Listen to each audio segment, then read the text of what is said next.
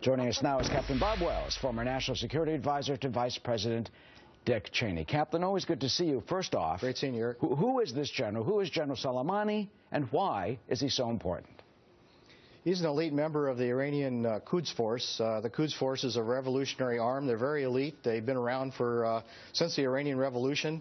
Over the years, they've grown in importance with regard to securing Iranian interests in different places, in particular with Hezbollah, with the support of the Syrian regime in Damascus, most recently in Iraq, and as you mentioned, looking at his leadership with the Battle of Tikrit, where he has extraordinary influence.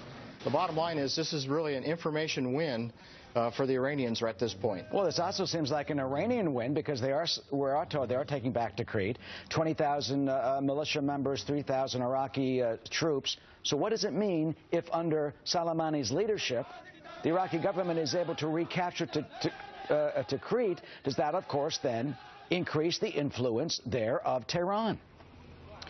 There's two parts to that, though. The first part, though, look at what's happening inside Iraq right now. Iraq has invited Iran to assist them. In fact, the general had meetings with the Iraqi Minister of Defense, and this was a important military first step with regard to Tikrit.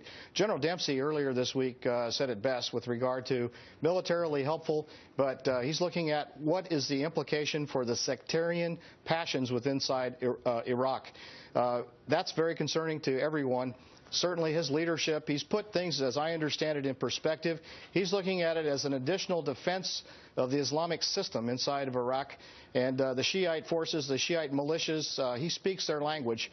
He's a very enthusiastic leader amongst the Shiite militias, but he's a very dangerous sectarian divider, in my view, with regard to the future of this particular operation in Iraq. Yeah, and there are concerns, of course, of a Sunni Shiite catastrophe, you know, of war crimes and humanitarian crimes and this sort of thing. But even beyond that, listen to this. We have a quote, a soundbite from an interview of a Shiite commander. His name is Hadi al-Amiri.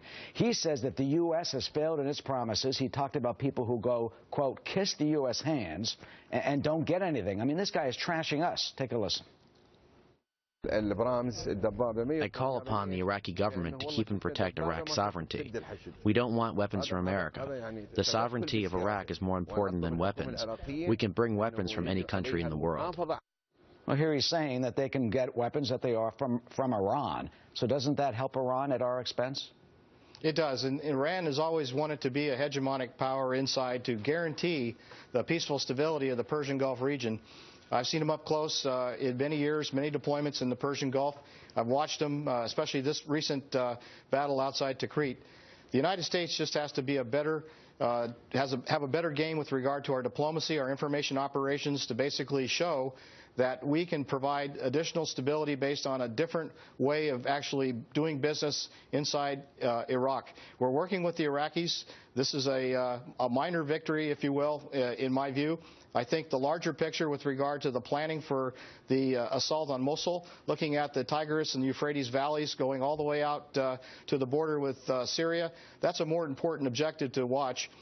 Final point, I do think that Iran will not go away. Obviously, it's there. It's a very important power in the region.